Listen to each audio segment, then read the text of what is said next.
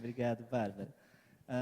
Então, primeiramente, prazer, como eu já falei, pessoal. É um prazer estar aqui conversando com vocês e poder falar um pouquinho mais sobre o meu conhecimento de pesquisa, tá?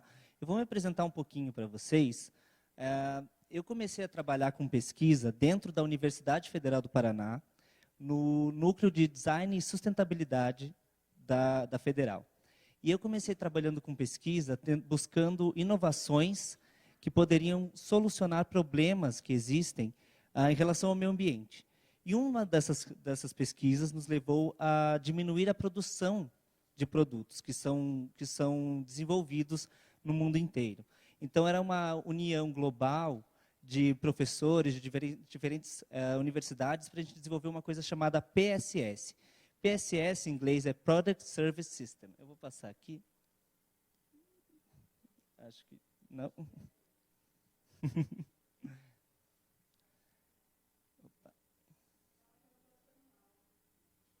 Agora está funcionando. Então, eu vou começar de trás para frente, tá? Então, eu estou falando do PSS, que é o Product Service System, tá? Produto mais serviço. O que é isso, produto mais serviço? É você reduzir, de alguma forma, a produção desenvolvendo serviços. Então, ao invés de eu fazer muitas máquinas de lavar, eu posso muito bem desenvolver serviços, onde as pessoas podem utilizar essas máquinas de lavar, em vez de todo mundo ter que ter a sua própria máquina de lavar. Isso diminui o impacto no ambiente. Então, esse é um processo de pesquisa que tem um impacto real a partir de desenvolvimento de serviços, tá? Que é o segundo ali, que é Service Design, que é desenhar todo o serviço e o atendimento para o consumidor, né? E, por último, o primeiro aqui, é o Design Thinking, que é a forma de você pensar através dos métodos de design. O que é isso, os métodos de design? São métodos que são focados em você, primeiro, compreender o que você vai trabalhar, compreender a necessidade dos seus usuários, e, a partir disso, ter todo um processo de adequação e desenvolvimento de novos produtos, novos serviços, de novos sistemas para esses usuários, tá certo? As áreas de atuação, basicamente, que eu trabalhei e continuo trabalhando, são indústrias e grandes empresas, pequenas e médias empresas, empresas digitais, órgãos governamentais, construção civil, área da saúde, área de farmácia, é uma infinidade de coisas que a gente trabalha. Porque a pesquisa, ela está em todos os setores. Ela não existe um setor que fala, eu preciso mais de pesquisa do que outros, né? A gente sabe que tem setores que são mais ligados à academia, e por causa da academia ser voltada à pesquisa, são setores que geralmente têm uma profusão maior de artigos desenvolvidos, como o setor de medicina, o setor de química, o setor de biologia, que tem uma proliferação maior desses artigos acadêmicos que vão impactar a pesquisa. Mas hoje a gente não está falando sobre academia, a gente está falando sobre pesquisa de mercado real, feita para a gente conseguir inovação real para as empresas. Então, eu vou falar só um pouquinho sobre o Design Thinking. Eu acho que está muito claro para vocês conseguirem enxergar, mas ele tem 5 critérios básicos aqui que é muito importante que vocês entendam antes da gente falar sobre pesquisa, tá? Então, é o seguinte, a primeira coisa do Design Thinking é você empatizar. Então, eu vou compreender a necessidade do meu usuário. Eu vou ser empático. O que é ser empático com o usuário? É eu tentar me colocar a partir da visão dele. E o que isso quer dizer? Quer dizer que eu vou tentar não criar suposições sobre a necessidade desse usuário. Quando eu sou empático com alguém, eu tento ouvi-lo. Eu não tento prever o que ele vai me falar. Então, o primeiro passo para a gente fazer uma boa pesquisa com os nossos usuários é a gente não criar as suposições desnecessárias antes da gente conversar com ele, tá certo? E depois a gente vai pegar isso que a gente coleta com os usuários e vamos criar ideações. Vamos ver os problemas que eles têm, vamos ver os gaps de mercado que eles estão tendo e a gente vai idealizar soluções. A partir das soluções, a gente define o nosso escopo de ação e prototipamos essas soluções corretas. Nós vamos desenhar, nós vamos criar produtos, nós vamos fazer serviços para atender a necessidade do usuário que a gente coletou através da maneira empática, tá certo? E daí, por último, a gente vai validar para ver se isso funcionou. A gente vai voltar a falar com esses usuários. E por que a pesquisa é tão importante para uma empresa? Bom, a pesquisa, primeiramente, ela vai expandir a base de conhecimento que a empresa tem. Então, claro que todo mundo tem um conhecimento empírico sobre o negócio que está.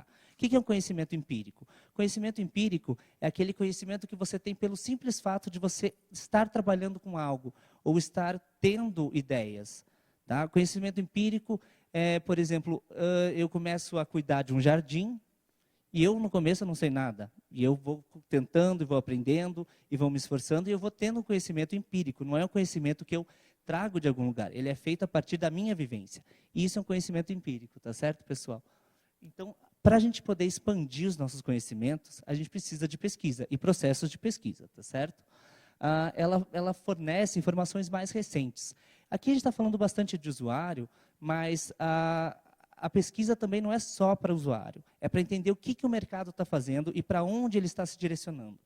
Se vocês não tiverem um processo de pesquisa para adequar os sistemas de vocês, desculpe, para adequar o sistema de vocês para as novidades, para entender quais são as tendências de mercado, quais são as tendências tecnológicas, o que isso tem a ver com o meu trabalho. Qual é o meu mercado? Como o meu mercado vai estar daqui a 5 anos, 10 anos? Eu estou buscando essas inovações, eu estou pesquisando a respeito das novidades que surgem. Isso tudo é parte da pesquisa.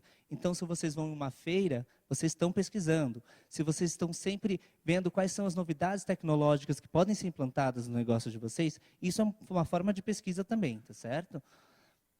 A pesquisa, ela ajuda você a entender o que você está enfrentando. Então, como assim entender o que você está enfrentando? Entender o que o seu consumidor precisa, quais são os seus concorrentes, né? Então, através de um benchmarking, eu vou entender quem são os meus concorrentes, o que eles estão fazendo, o que eu estou fazendo em frente a eles. Será que eu estou adequado ao mercado? Esse tipo de perguntas a gente responde com pesquisas. Mas, claro, a primeira coisa que a gente tem que fazer é perguntar. Né? Então, a gente começa perguntando, começa tendo dúvidas, começa tendo inquietações, e a gente resolve tudo isso na pesquisa. Construímos a credibilidade da empresa, porque uma empresa que está sempre à frente, que está sempre buscando conhecimento, ela tem uma credibilidade maior, de que ela tem certeza nas ações dela, ela tem certeza nos dados que ela passa para os consumidores, para os investidores. Então, isso torna uma empresa mais sólida, com maior credibilidade. Eu acho que eu vou passar mais rápido, porque senão eu vou ficar falando... Posso falar infinitamente as razões do porquê eu gosto de pesquisa, né? Mas, principalmente, eu gosto dessa quinta aqui, que a pesquisa ajuda você não é a quinta que eu gosto. Ela ajuda você, ela apresenta novas ideias a você. Tá? O que isso quer dizer? Quer dizer que, muitas vezes, a gente tem muitas certezas sobre o que acontece no negócio. E a gente não está muito aberto a compreender o novo, ou compreender o inesperado. E a pesquisa sempre vai nos trazer o inesperado. Claro que pode nos trazer certezas e validar muitas coisas que a gente tem na nossa cabeça, mas a forma de pesquisa que eu vou apresentar hoje para vocês é uma forma que busca o inesperado, busca a inovação e busca atender públicos que vocês não costumam atender. Então, vamos falar sobre os níveis de problema ou dano que o usuário tem, tá certo? Vamos começar falando sobre o que pode acontecer. A gente tem do suave, médio, sério e sistêmico, tá? Então, são os tipos de problema que o usuário de vocês pode estar tendo na prestação de serviço, ou com os produtos que ele tem, ou com o propósito que ele vai ter. Então, suave é quando ele está ou confuso ou frustrado quanto a alguma coisa.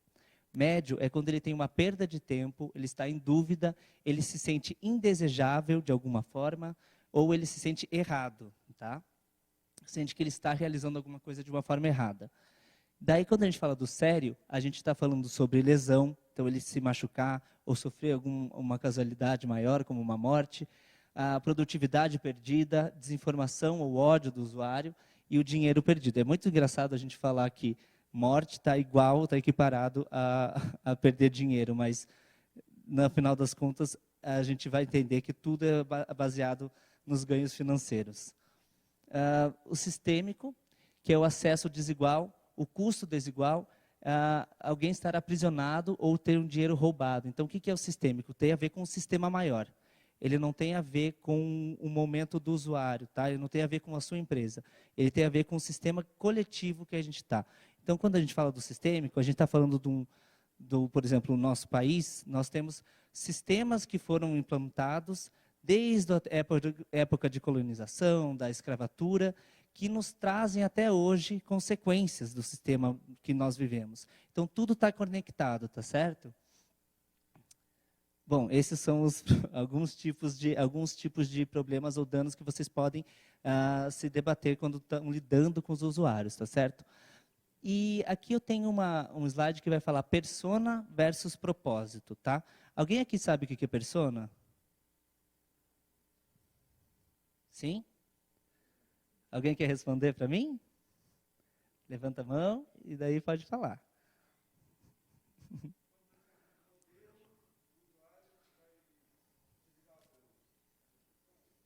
Isso, a persona vai ser o quê? A persona é uma personificação dos dados quantitativos que eu tenho. Então, dados demográficos, na maioria das vezes. Uma persona poderia ser um jovem de 25 anos, de classe média alta, que joga futebol no final de semana e trabalha como advogado. Essa é uma persona. E o que é um propósito? Alguém sabe se quer tentar responder o que é propósito?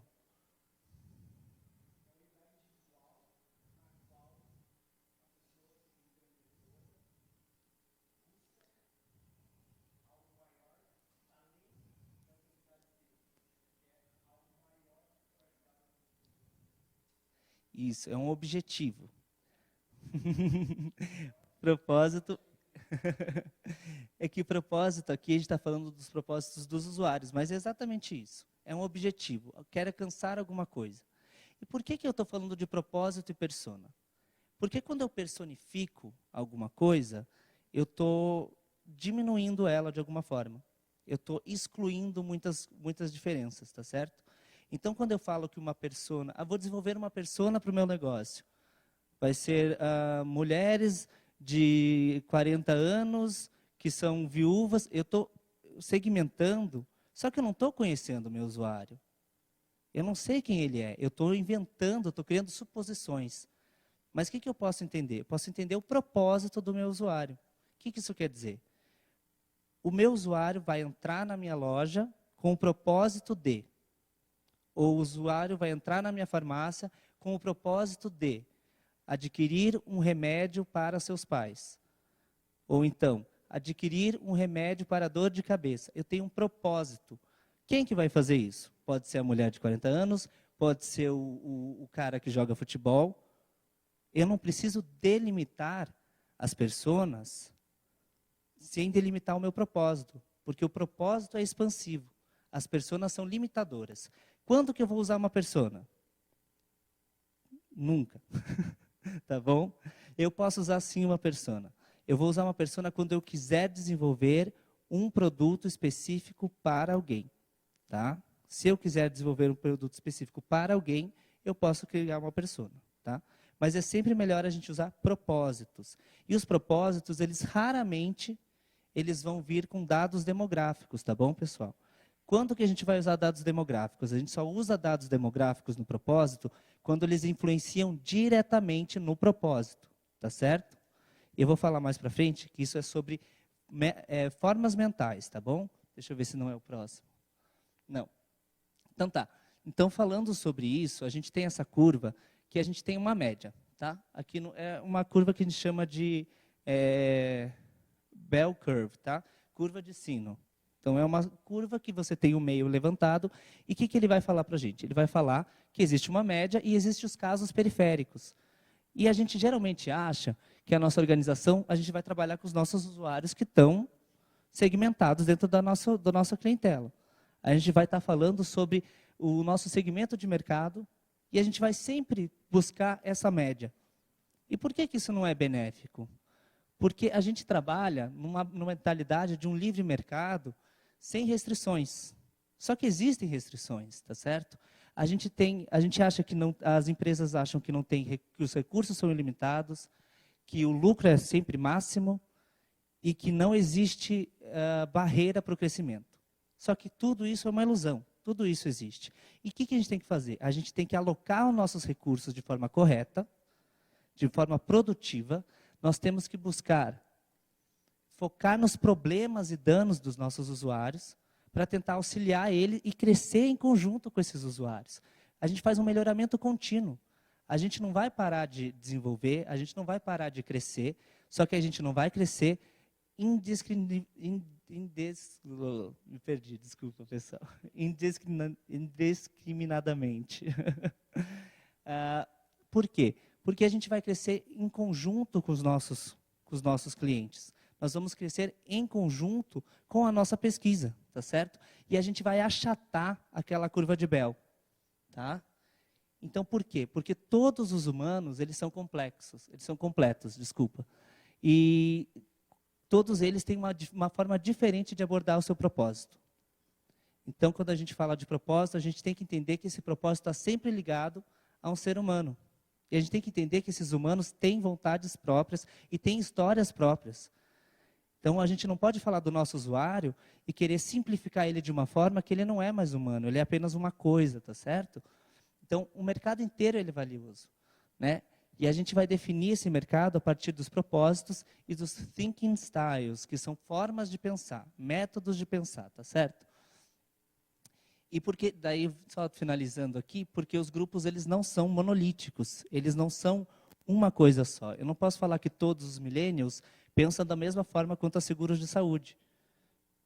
Eu não posso falar que todos os desenvolvedores de software pensam da mesma forma sobre o time tracking que eles têm que fazer quando eles vão desenvolver alguma coisa. Eu não posso falar que todas as pessoas altas pensam da mesma forma quando vão escolher um assento no cinema. Eu não posso supor coisas que não são verdade. Eu preciso ouvir o meu usuário e eu preciso entender o propósito deles e a forma com que eles pensam. Então, propósito. Cuidar dos meus pais durante um período de recuperação. Esse é o propósito que a gente vai conversar agora, tá bom? Então, entendam bem esse propósito. O que vai influenciar nesse propósito aqui? As formas de pensar, as formas de encarar o problema, tá certo? Então, o que são essas formas de pensar, esses thinking styles, tá? Eles são a forma com que a pessoa vai se preocupar a realizar aquele propósito. Um usuário, ele vai estar querendo auxiliar os pais na recuperação, mas ele pode fazer isso de diversas formas, ele pode ter várias formas de encarar isso. Então, ele pode estar focado em distrair esse idoso da situação. Ele não quer que ele pense sobre a dor. Ou ele pode estar pensando em dar dignidade e agência. Não quer que aquele idoso se sinta inútil. É uma forma de pensar e encarar esse problema. Ele pode estar querendo apenas seguir as direções do médico. Ele vai fazer tudo de acordo com o que as regras mandam. Ou ele pode estar querendo evitar o desgaste daquele idoso. Isso são formas, são várias abordagens de você encarar um problema, de você encarar esse teu propósito, tá certo? Então, esses são os thinking styles. Então, a primeira coisa que a gente faz é entender o propósito. Qual que é o propósito do meu usuário? Podem ter vários propósitos, tá certo? A minha empresa pode ter vários propósitos que o meu usuário vai chegar até mim. Mas depois de entender esses propósitos, eu tenho que entender os thinking styles, as formas de pensar desse usuário. Tá? E daí, por quê? Aqui a gente tem o seguinte, a gente vai ter esse propósito, né, que é tomar conta, e a gente vai ter uma coisa que a gente vai compreender conversando com o usuário, que são 3 coisas muito importantes. Cognição interna. O que é cognição interna? Cognição interna é quando eu penso sobre algo, reflito sobre isso anteriormente. Então, se eu tenho uma situação que eu experienciei, eu vou ter uma cognição interna. O que eu achei daquela situação? Por exemplo, a palestra de hoje. O que eu achei daquela palestra? Aquele ambiente. Estava muito claro? Tinha muita gente? O que eu achei? Qual é a minha cognição interna sobre aquele processo? No momento que eu penso sobre isso, ele começa a me dar outras variáveis. Reações emocionais, que são muito importantes para a gente entender a partir de qual cognição interna, qual pensamento eu cheguei numa reação emocional e a partir de quando isso se torna um princípio guia. O que é um princípio guia? O princípio guia vai ser algo que a gente leva para a vida inteira, tá certo? E entender os princípios guias dos nossos usuários facilita de uma forma enorme poder ajudá-los de alguma forma, tá certo? Princípio guia é eu falar, Toda vez que eu venho num lugar, eu dou oi para todos, porque eu gosto de ser simpático, eu quero causar... Isso é um princípio guia. Não estou falando de mim, que eu acho que eu sou um pouco envergonhado, mas... princípios guias são algo que é imutável. É muito difícil que isso se altere com o tempo, tá certo? E a gente consegue compreender isso conversando com os usuários, tá bom? E a gente tem o quê? A gente tem o espaço do problema, que é o propósito de cuidar de alguém. Nós temos os thinking styles, que são aqueles que eu falei, né, nessa situação. Eu vou dar um exemplo um pouquinho mais simples depois, que são os diferentes tipos de thinking styles. E eu tenho o espaço da solução, né? Eu tenho diversas formas que eu posso auxiliar. Então, cada uma dessas coisas aqui é uma forma que eu posso estar auxiliando o meu usuário. E o que a gente não deve tentar fazer? A gente tem uma lente da solução. Tá? A gente tem uma imagem estreita de que a gente sabe exatamente o que o nosso usuário precisa. Porque a gente não está pensando no propósito dele. Né? A gente está querendo que ele seja restrito às nossas soluções. Eu não estou querendo auxiliar ele no propósito dele. Eu estou querendo que ele use a minha solução. E olha aqui, a minha solução é isso aqui. Olha o tanto de coisa, o espaço de solução que ele tem. Ferramentas manuais, sociais, mentais, mecânicas, de serviço, ferramentas digitais. Quantas dessas eu forneço? Eu forneço tudo? É muito difícil. E por que eu não posso tentar entender o meu usuário, entender e auxiliar no processo dele, auxiliar em como ele vai alcançar esse propósito dele? Eu posso auxiliar com o meu produto, eu posso adequar o meu produto, eu posso fazer com que o meu produto esteja mais disponível, eu posso integrar o meu produto a outros prestadores de serviço. Por que tem que ser só eu? Por que eu não posso falar, eu tenho, para a pessoa que precisa de um auxílio para cuidar do idoso, vamos supor que a gente falou de lavar roupa antes, eu sou uma empresa de lavar roupa. Eu forneço uma coisa para o meu idoso. Mas e se eu for lá e falar assim, eu vou lavar as roupas, mas eu também vou me fazer uma parceria com uma pessoa que vai fazer toda a higienização da casa, enquanto outra pessoa vai levar esse idoso e esse cuidador para passear. Eu estou criando e solucionando diversas necessidades, diversos propósitos. Eu não estou me atendo apenas ao que eu consigo fazer. Eu estou querendo inovar a partir dos propósitos que existem. Claro que isso é uma fantasia um pouquinho exagerada, porque, claro que dá para fazer, mas no dia a dia a gente não tem tanto tempo para poder fazer essas integrações, tá certo? Mas a gente sempre pode buscar essas inovações de uma maneira muito prática, no momento que a gente escuta os usuários, tá certo? Claro.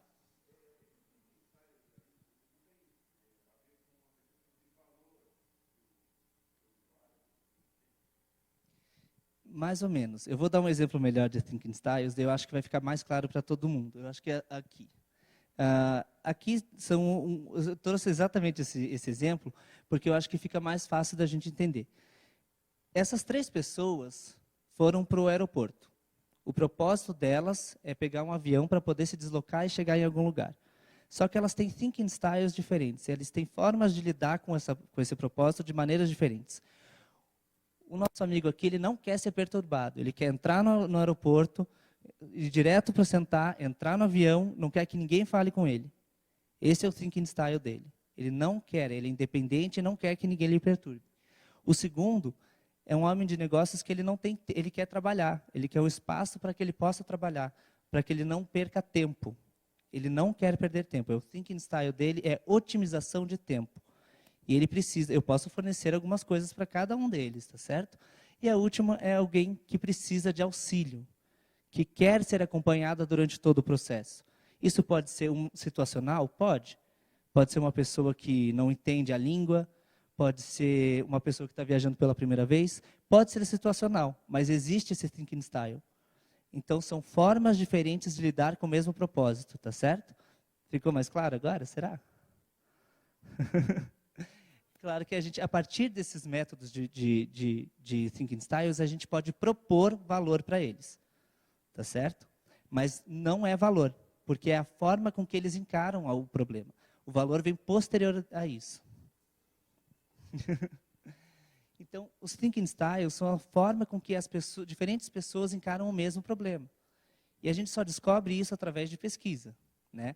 A gente pode, claro, se eu conhecer já um pouco dos meus usuários, eu posso já entender alguns tipos de thinking styles. Principalmente quando a gente falou do conhecimento empírico ali no começo, se eu tenho, por exemplo, uma loja, eu sei que tem alguns tipos de pessoas ali, né? Que têm uma forma de pensar. Então, eu consigo prever alguns tipos de thinking styles. Só que o que acontece, que é um problema muito comum? Eu não pergunto para o meu usuário. Eu suponho. Tá? Eu faço conjecturas. E conjecturas são o quê? São eu inventar uma história que não é verdade, baseada em fatos que eu inventei. Então, nada disso é uma realidade. E o que a gente tem que fazer? A gente tem que mudar sempre e tentar chegar o mais próximo da realidade possível para a gente poder entregar com qualidade para o nosso usuário. E por que é tão complicado assim? Porque a gente está falando sobre wicked problems, problemas complexos. O que são os problemas complexos? Problemas complexos, eles são quando existem variáveis múltiplas e incontáveis variáveis. Tá? Como assim? Vamos imaginar na escola a gente aprende função de x ou função de x mais y. São duas variáveis, x e y. Quando a gente está falando de wicked problems, a gente está falando de variáveis tremendas, enormes, que não dão para ser calculadas. O que isso quer dizer? Quer dizer que eu posso atender uma pessoa com thinking style, que vai ser de uma certa forma, só que vamos supor que choveu, tudo mudou. Eu não sei como que ela chegou até mim, se ela está brava, se influenciou alguma forma no meu atendimento, se a loja vai abrir mais tarde, se o cliente não conseguiu chegar, se ele chegou de uma maneira que não foi certa. Como é que eu vou desenhar um atendimento de um serviço? Como é que eu vou compreender 100% tudo o que acontece? Se qualquer variável importa. Se a pessoa brigou com o marido antes de vir na minha loja, importa. Como é que eu vou saber? Eu não consigo desenhar todas as variáveis. E isso, tudo bem. Porque eu não preciso acertar. A gente não está querendo acertar. A gente está querendo não errar. A gente está querendo diminuir os nossos riscos. A pesquisa não vai falar para vocês, é isso 100%. Ela vai falar, ó, esse é o melhor caminho. Esse é o caminho menos arriscado. Esse é o caminho mais seguro a seguir. A pesquisa vai fazer isso. Por quê? Porque quando a gente fala de pessoas, a gente fala sobre wicked problems, sobre problemas complexos, onde tem variáveis infinitas. Eu não consigo pensar a quantidade de pessoas. Se a gente pensar que existe 7 bilhões de pessoas no mundo e cada uma é única, claro que eu não vou atender 7 bilhões de pessoas, a menos que eu esteja online, seja uma grande marca. Mas se eu pensar nisso, é impossível de eu querer atender a todos. Então a gente não vai pensar nisso. A gente vai pensar em tentar compreender aos poucos os nossos usuários e propor soluções para eles, de produtos, de serviços, tá certo? Porque a gente não quer solucionar problemas. A gente quer reduzir erros, tá certo? E daí a gente vai falar sobre escopo, tá? Aqui se tiver muito técnico, pessoal, eu peço desculpas, tá bom? Daí eu vou entrar numa parte um pouquinho mais técnica aqui com vocês, e daí depois a gente vai falar um pouquinho mais sobre como entender esses dados de pesquisa. Então, o que é escopo, tá, na pesquisa?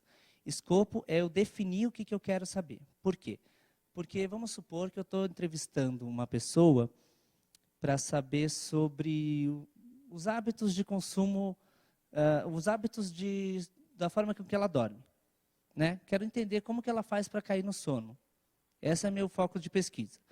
E daí ela começa a me contar, né, sobre todos esses tópicos que estão aqui dentro.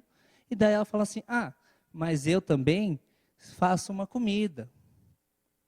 Quando eu não estou com sono, eu vou lá e vou fazer uma comida. E daí ela começa a me explicar sobre a comida. Eu não estou interessado em saber da comida. Estou interessado em saber como ela faz para pegar no sono. Eu já compreendi que uma das coisas é comida, mas o meu escopo não é entender como ela vai cozinhar aquele alimento. Então, provavelmente, ela vai fazer o seguinte, ela vai andar por aqui, ela vai sair, vai dar algumas voltas falando sobre, daí eu fiz uma sopa, eu esquentei uma sopa que estava congelada no meu congelador, e daí eu tomei a sopa, daí eu fiz um pãozinho, porque combinava. Isso não está dentro do meu escopo de pesquisa. Só que eu sei que ela vai voltar, em algum momento ela vai voltar para cá. Se ela não voltar, eu tenho que puxar, tá certo? E existem outros que são fora completamente do meu perímetro de pesquisa. Que eu estou falando sobre dormir, e ela fala assim, não, eu até dormiria, mas é que a minha tia, quando ela era jovem, ela era muito danada, sabe? Ela não parava quieta, isso não tem relação em momento algum com o perímetro de pesquisa. E daí você vai fazer duas coisas se isso acontecer, se a pessoa sair completamente do perímetro de pesquisa. Você ou pede para ela voltar, você, obrigado, mas vamos saber um pouquinho mais sobre os seus hábitos de sono? Daí ela vai voltar, ou se ela não voltar mais, você encerra a pesquisa ali, você encerra a entrevista. Pode falar.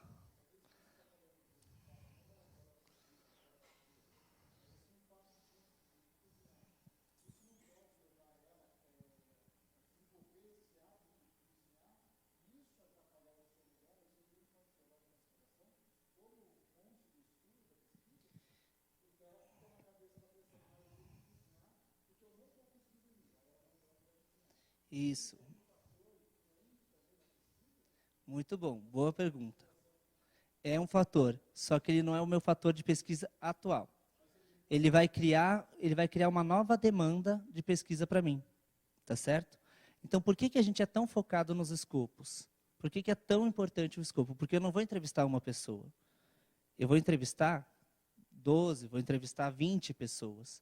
E se toda pessoa que eu conversar sair do meu escopo e eu entrar nessa conversa, eu vou ter tanto conteúdo, a gente vai ver a quantidade de material que a gente coleta, tá certo? E é por isso que o escopo vai ser muito importante, tá? Mas a sua pergunta a sua observação foi muito boa, porque esse ponto aqui, ele não é fora do meu parâmetro de pesquisa. Ele tem a ver. E eu posso fazer o quê? Eu posso guardar ele para uma próxima pesquisa. Eu não preciso fazer tudo de uma vez. Eu posso, isso é um ponto de atenção, eu quero saber isso mais a fundo.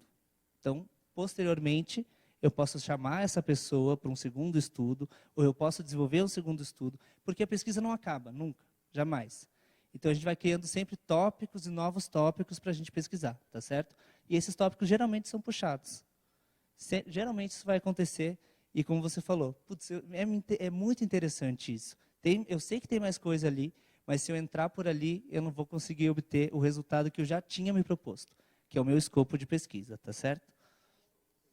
Claro.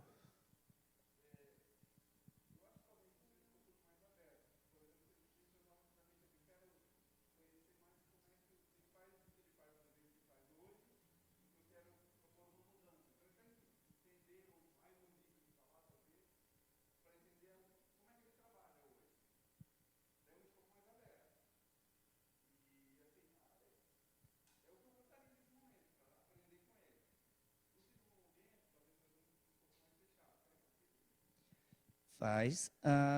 Eu entendo o que você está falando, mas a tua pesquisa, daí a gente não está falando de propósito, tá? A gente está falando de investigativa. É uma pesquisa que eu nem não sei ainda o que eu quero pesquisar. Então, eu vou observar para entender o que eu quero saber.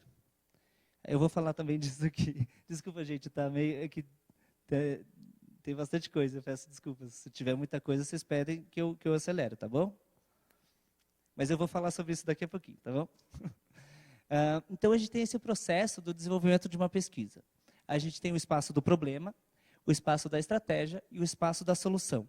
Tá? Então, o que é o espaço do problema? Eu vou escutar, não sei se dá para ver, eu vou escutar o que o meu usuário tem a falar, eu vou desenvolver a empatia com ele e eu vou encontrar padrões quanto ao com as pessoas que eu estou falando. Tá? O que são esses padrões? Vão ser coisas que se repetem. Então, eu conversei com 12 pessoas e eu vi que algumas coisas se repetem. Sempre vai ter repetições. E eu posso encontrar, a partir disso, mapas mentais, que tenho aqui um exemplo que não dá para ler nada, desculpe. Mapas mentais são o quê? São aqueles mapas que vão me indicar como essa pessoa pensa de acordo com determinados assuntos, como que ela vai reagir frente a determinadas ações. Então, eu consigo fazer mapas mentais dos meus usuários, eu consigo ver as capacidades que os meus usuários têm, o que eles conseguem desenvolver, o que podem ser Nossa, eu não sabia que o meu usuário conseguia fazer isso. Então, isso é um insight para mim. E o que são os gaps? Gaps, a gente vai falar de... São buracos, tá? São como se fossem... gaps são falhas, na verdade. São como se a gente tivesse uma planície e tivesse uma falha no meio da planície, um buraco, né? Então, esses são gaps, são lugares que não estão preenchidos, que são lugares que eu posso agir. Então, eu vou descobrir a partir da pesquisa lugares que eu posso agir. Aqui eu estou falando, pessoal, de entrevista com o usuário, tá bom? A gente vai ver mais tarde outros tipos de pesquisa.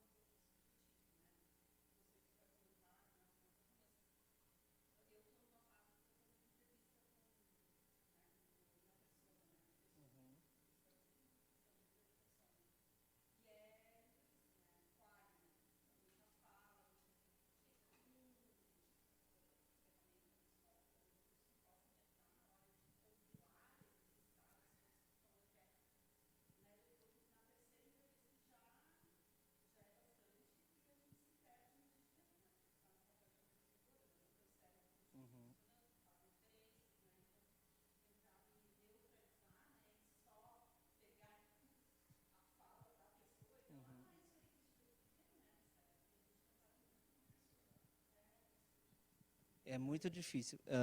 Para você conseguir fazer uma coleta de dados sem você direcionar o seu usuário é uma forma muito difícil de fazer. Exige muito treino, exige muita compreensão e existe muita forma de você compreender como você vai analisar esses dados. Que dados têm a ver com você, que dados têm a ver com o usuário, que dados são úteis para a sua pesquisa. Então, eu não trouxe aqui para não poder entrar muito a fundo nessa parte de coleta, mas a gente tem, na coleta de dados, a gente geralmente separa em algumas formas, externas e internas, tá? As externas são quando ele está me dando, está me situando, o usuário está me situando de alguma coisa. Então, ele está falando assim, eu fui, era uma noite de verão, eu estava andando com meu marido, isso é situacional. Isso não interfere no que eu preciso saber. O que eu preciso saber? Cognição interna, tá? As guias que vão, o que são os princípios guias do meu usuário e o que são as reações emocionais.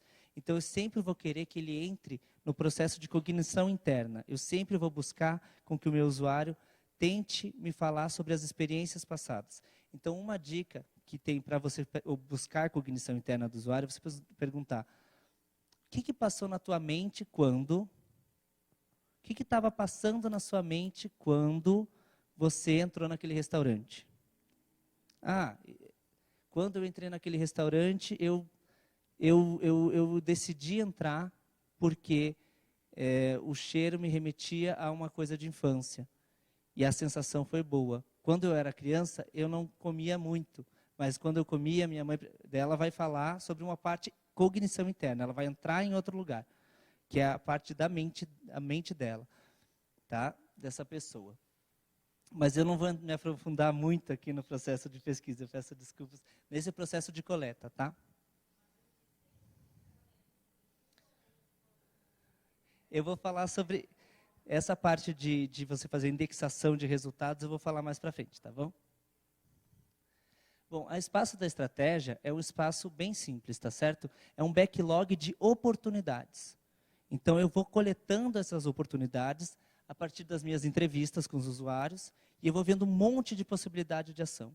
E eu vou criando um backlog de oportunidades, tá? E métricas dessas pessoas que abordam os propósitos delas. Então, eu vou compreendendo esses propósitos e vou tendo um monte de informação que eu vou seguir. O que é um backlog? Backlog é quando eu tenho uma listagem de coisas que eu vou fazer uma, daí depois que eu acabar essa eu vou puxar outra, daí depois eu vou puxar outra, e daí eu vou para o espaço de soluções, tá?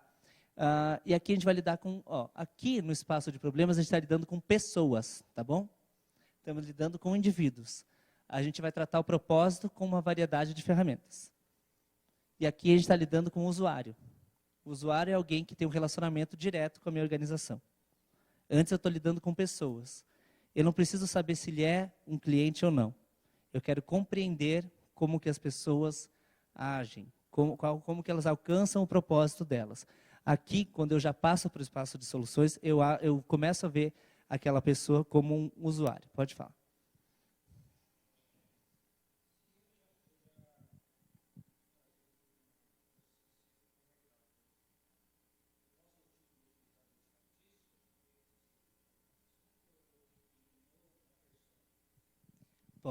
Pode sim. As estatísticas, elas vão... É isso que eu vou falar agora. Eu vou passar aqui. A gente tem... Opa.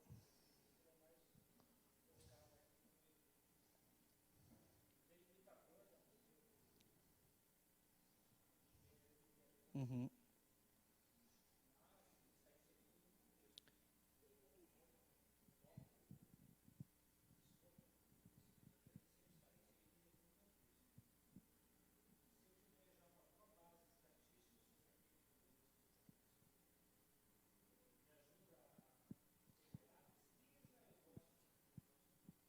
Ajuda.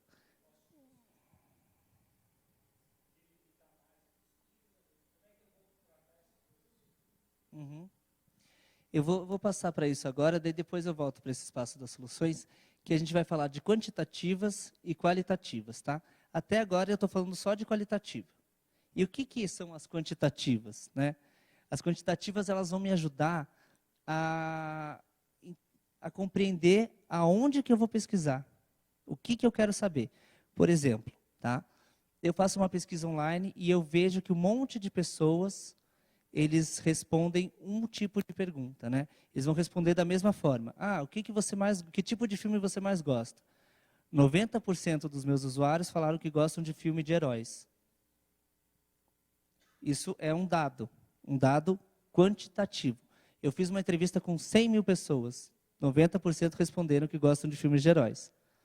Isso me dá o conhecimento de que eu sei que eles gostam de filme de heróis. É um dado. Agora, por quê? Por que que eles gostam de filmes de heróis?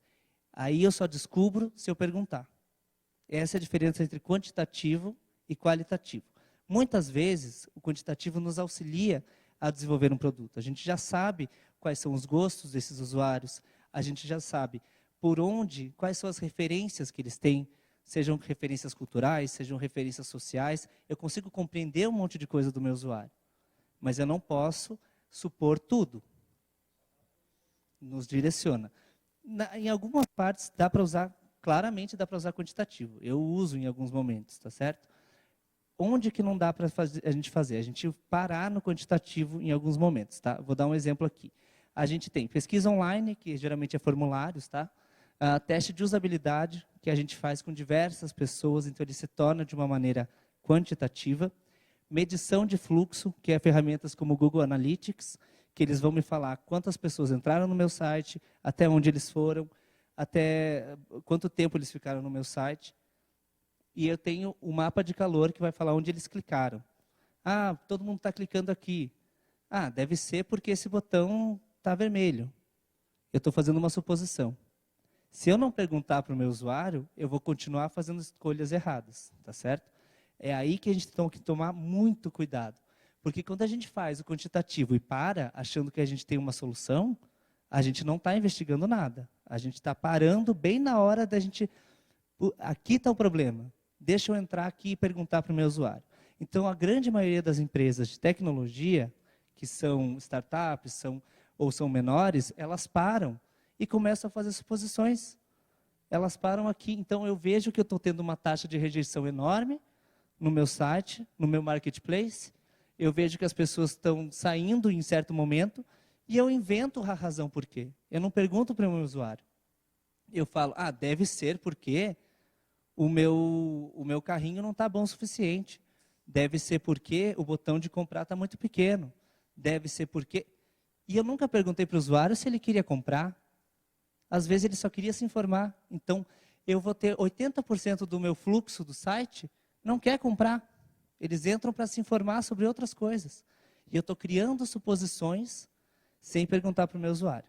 É aí que está o perigo, tá certo? Mas a quantitativa vai nos dar um direcionamento enorme para a gente saber exatamente aquela ideia do escopo. Qual que é o meu escopo? O que eu tenho que saber? E por isso que é importante a gente se manter no escopo. Não sei se eu respondi essa pergunta, mas... e daí qualitativas, tá? Qualitativas, tudo que eu tenho falado aqui, entrevistas, etnografia, que é eu estudar essa pessoa, então eu vou acompanhar ela, vou fazer anotações sobre o seu dia a dia, vou ver como ela se relaciona com os outros, vou ver como ela se relaciona no seu dia a dia. Essa daqui é mais pesada, assim, essa é para a gente deixa mais para os antropólogos, esse aqui de etnografia, mas a gente faz também quando são bem específicos, tá? Focus Group, que a gente tem um grupo de pessoas que a gente traz para discutir sobre ideias. Geralmente, o Focus Group é muito legal para a gente fazer ideação, tá? Então, a gente junta os usuários para pensarem junto conosco como solucionar problemas. Compradores anônimos e outro de qualitativa é o benchmarking, que eu vou estudar concorrentes diretos, indiretos ou até empresas de referência para entender o que eu preciso para o meu negócio. Como assim? Vamos supor que todos os meus concorrentes oferecem uma coisa que eu não ofereço. Quando eu descubro isso no benchmark, eu tenho que fazer isso. Isso é urgente, porque todo mundo oferece, menos eu. Então, eu tenho que começar a oferecer agora, porque é o mínimo. E eu estou abaixo do mínimo. Então, o benchmark me possibilita compreender o mercado, tá certo? E também me possibilita inovar, buscando empresas de referência. Vamos supor que eu tenho um mercado e eu começo a estudar bastante sobre a questão do Instagram. Como que o Instagram faz para manter as pessoas ligadas, como que ela faz para poder os serviços serem mais rápidos, para os serviços serem mais direcionados para cada pessoa. Será que eu consigo trazer isso para o meu mercado? Como que eu consigo? Se eu estudar e se eu ver possibilidades, eu consigo encaixar a inovação em diversos locais, tá certo? Aqui são só um monte de ferramentas, tá, pessoal? Eu falei algumas formas de pesquisa, e aqui são muitas outras formas de pesquisa que a gente tem, tá bom? E daí, aqui é sobre quantidade de dados coletados. Então, esse verde maior é a quantidade de dados totais que eu vou coletar do meu usuário. Daí, quando eu vou para uma parte de análise, tá? Eu vou para a parte, esse roxo aqui, que não dá para ver se é roxo, mas é um roxo, que é a parte de material que eu vou analisar. A partir dessa análise, eu vou ter um conteúdo que eu vou gerar, e a partir do conteúdo, eu vou ter só isso daqui que tem a ver com o resultado real. Então, por que o processo de pesquisa ele tem que ser bem determinado? Porque ele custa caro. Por que ele custa caro? Porque ele tem muita informação. É muita informação para você decupar. Então, geralmente, um projeto de pesquisa vai ter, no mínimo, umas 10 horas de áudio para você escutar.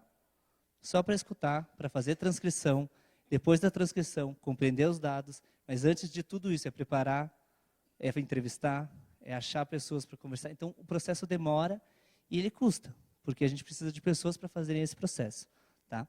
E, pessoal, eu estou falando bastante sobre conversa com o usuário, tá? Pesquisa diretamente de coleta de dados com o usuário, porque era o tema da minha pesquisa, da minha fala de hoje, tá bom? Mas não é que isso seja o mais importante de todos os tipos de pesquisa, tá? Cada pesquisa, cada metodologia de pesquisa tem a sua qualidade. E eu não preciso só falar com usuários, eu posso falar com especialistas. Então, eu posso fazer uma coisa que a gente chama de TRIZ, que é eu vou conversar com diversos professores, especialistas de universidades, para ver o que é inovação para eles naquele setor, né? O que é inovação no setor de tratamento de água em 2022? Eu vou começar a descobrir. E eu vou pegar eu vou coletar informações deles e vou rebater um professor com o outro. Eu vou pegar, o professor, um falou que a melhor coisa em 2022 é você não trabalhar mais com água. Você fazer um sistema que não existe mais esgoto na cidade. O esgoto, ele é sem água, ele é seco. Funciona igual de avião. Isso é uma solução. E eu vou rebater com outro professor, que vai falar, não, isso é uma fantasia, isso não dá para ser implantado. E eu vou criando conexões, e vou criando uma história e um debate de inovação através do meu fomento de pesquisa, tá certo? Eu posso ser o fomentador de pesquisa. Bom, as etapas do projeto. Então, a gente tem o projeto informacional, que é o projeto que a gente vai criar todas as informações. Então, isso daqui, esses resultados, vão servir de base, que vão ser essa informacional aqui. Então, vão ser todos os resultados coletados para eu utilizar, para fazer conceitos. O que são conceitos? Conceitos vão ser eu pensar nas soluções, né? E daí eu vou desenhar essas soluções. Eu vou ter etapa de detalhamento dos conceitos e etapa de prototipagem dos conceitos. Prototipagem é quando eu vou prototipar, vou criar o protótipo, vou implementar o serviço, vou desenvolver o produto. E daí aqui a gente está falando de pesquisador, tá? Aqui o pesquisador tem alto impacto, pesquisador ou designer, e aqui ele vai ter baixo impacto, que vai ser a parte de implementação. Então, se vocês estiverem fazendo pesquisa, geralmente nessa parte aqui vocês vão deixar para o dono da empresa. Se vocês forem o dono da empresa, é aqui que vocês vão colocar a mão na massa. Claro que vocês podem fazer o processo completo, né? Mas é aqui que vocês vão botar a mão na massa, depois que o protótipo estiver validado pelos usuários. Como apresentar esses resultados? Então, o que a gente faz? A gente vai ter horas e horas de áudio coletados e a gente vai... Deixa eu pegar aqui um exemplo. Aqui a gente tem um exemplo de indexação. Esse daqui é um software chamado Dovetail, tá? Ele faz a transcrição automática. Então, eu coloco o áudio e ele já transcreve o texto para mim. E daí, o que eu faço? Eu vou criando tags. Então, eu falo assim, isso daqui é um gap, isso daqui é um insight, isso daqui é um desejo. Isso daqui. Então, eu vou criando gap, eu vou criando tags para poder compreender melhor o meu usuário. E daí, eu vou ter aqui. Aqui eu tenho, por exemplo, esse vermelho aqui são os gaps, tá? Daí, o que eu vou fazer com esses gaps? Eu tenho um texto, que é da onde eu tirei. É que eu queria dar um zoom, mas não vou conseguir, eu acho. Então, aqui eles falam assim, eu não consigo mexer porque o sistema ele trava, só que quando eu vou tentar mexer, eu também fico muito confuso com a forma. Então, a pessoa está falando em uma frase, ela está falando várias coisas. Então, o que eu faço? Eu pego essa ideia central, deixo aqui, leio o que a pessoa falou e tiro vários gaps dali. Então, ela falou, o sistema trava, um gap. Não entendo, outro gap. É difícil de ler, outro gap. Ela pode ter falado isso tudo um atrás do outro, mas cada um deles é uma coisa diferente. Então, eu vou fazendo essa triagem de gaps e depois eu vou fazer o seguinte, eu vou pegar e vou ver o que tem a ver. E quantas pessoas nessa entrevista aqui foram 11 pessoas entrevistadas, tá? Porque uma coisa que eu não falei para vocês é que é difícil fazer entrevista. Primeiro que as pessoas sempre desmarcam com você. Então, é difícil você conseguir alcançar a sua meta, sabe? Aqui, a nossa meta era 12 e a gente conseguiu 11. Então, a gente identificou 106 gaps, 72 insights, 41 requisitos. Já vou explicar a diferença de requisitos e gaps para vocês, tá bom? E daí, a gente fez o quê? A gente faz... Aqui, a quantidade de gaps reais é maior, tá? A quantidade de gaps reais não são 106, são 241. Aqui eles foram indexados, tudo que era igual foi juntado, foi aglutinado, tá certo?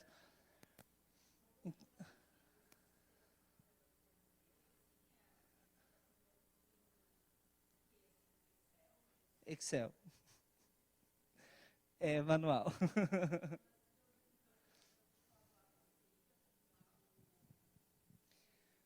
Já. Dá. Pessoalmente, eu prefiro fazer dessa forma, que eu acho que quando a gente junta várias pessoas do time, e daí eu acho que vai até mais rápido, sabe? Mas é claro que precisa ter um time de pesquisa para isso. Mas claro que cada um vai ter a sua abordagem. Mas a gente tem o quê? A gente tem um tema central que a gente está discutindo. Esse tema central vão ter as questões levantadas. E daí o que eu posso fazer aqui? Eu tenho requisitos e gaps. O que vão ser os requisitos para mim? Requisitos vão ser o que vai guiar o meu projeto. Então, o requisito, geralmente, ele vai fazer o seguinte para mim. Eu quero desenvolver um novo sistema de login, que eu vi que as pessoas não estão conseguindo fazer login. E eu tenho um requisito que vai falar o seguinte para mim. O sistema de login tem que ser através de QR Code. Ou então, o sistema de login tem que ser acessível pelo celular. Melhor do que eu já definir a solução. Então, o sistema de login tem que ser acessado via mobile. é o requisito para eu fazer a solução. Então, quando eu for pensar na solução, eu não vou pensar, eu vou então vou mandar um e-mail para ele, ou então eu vou mandar uma carta que ele vai receber um código. Não, eu tenho que fazer acessível pelo celular. Claro que o e-mail é acessível pelo celular, então funcionaria. Mas é só uma hipótese. O requisito vai fazer o quê? Ele vai me guiar na minha solução. Eu vou determinar a minha solução a partir dos requisitos que eu tenho. E o que os gaps vão me mostrar? Coisas que eu não sei, que eu não tenho solução. Que eu vou ter que pensar, putz, e agora? Vou ter que começar um processo de ideação, tá certo? Então, os insights dos meus usuários vão me dar os requisitos. E os gaps vão me dar o que eu vou inovar, onde é que eu vou pensar nos meus usuários. Tá? E aqui, nesse caso específico, aqui eu tenho os meus concorrentes. E eu vou falar o que eles ofertam, que valor que eles já ofertam, que valor que não é percebido e o que não é ofertado. Tá? Então, um verde são valores que são percebidos pelos usuários, que são ofertas que são percebidas. Em esse verdinho mais escuro aqui, ou mais claro, são coisas que são ofertadas pelas empresas, mas não tem valor percebido pelo meu usuário. Então, não vale a pena eu investir nisso. Em branco são coisas que eu não ofereço. Tá? Daí aqui é o processo de indexação. E a partir disso, a gente pode gerar alguns tipos de resultado, que são Customer Journey, então é o desenho inteiro da jornada do meu usuário, e eu vou determinar todos os pontos de contato, isso daqui é para desenho de serviço, tá bom, pessoal? Outra coisa que eu posso fazer é criar requisitos para poder, de volta, determinar como que vai ser feito. Então, eu posso prever algumas coisas. Aqui é uma manipulação de imagens. Eu posso fazer uma animação a partir do resultado que eu obtive da minha pesquisa, para poder sintetizar uma ideia. E eu posso também fazer um manual. Aqui eu estou falando bastante de serviços, porque é a minha área de especialidade, tá bom, pessoal? Então, aqui eu posso fazer um manual de serviços. Nesse caso do manual de serviços aqui, é o desenho completo de todos os atendimentos, tudo que é discutido, como que as pessoas se apresentam para o meu usuário, que ferramental que é utilizado, que tipo de emoção esse usuário vai ter, que tipo de pergunta ele vai fazer, que tipo de resposta que eu vou dar, e tudo isso é feito junto com pesquisas de usuário, tá bom? Se vocês quiserem saber mais, aqui a gente tem algumas coisas, tá? Não tem nada muito específico em coleta de dados com o usuário diretamente, tá?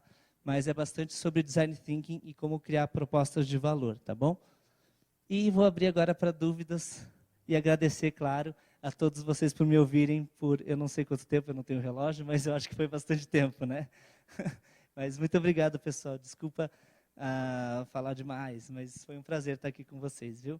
E estou aberto para dúvidas também.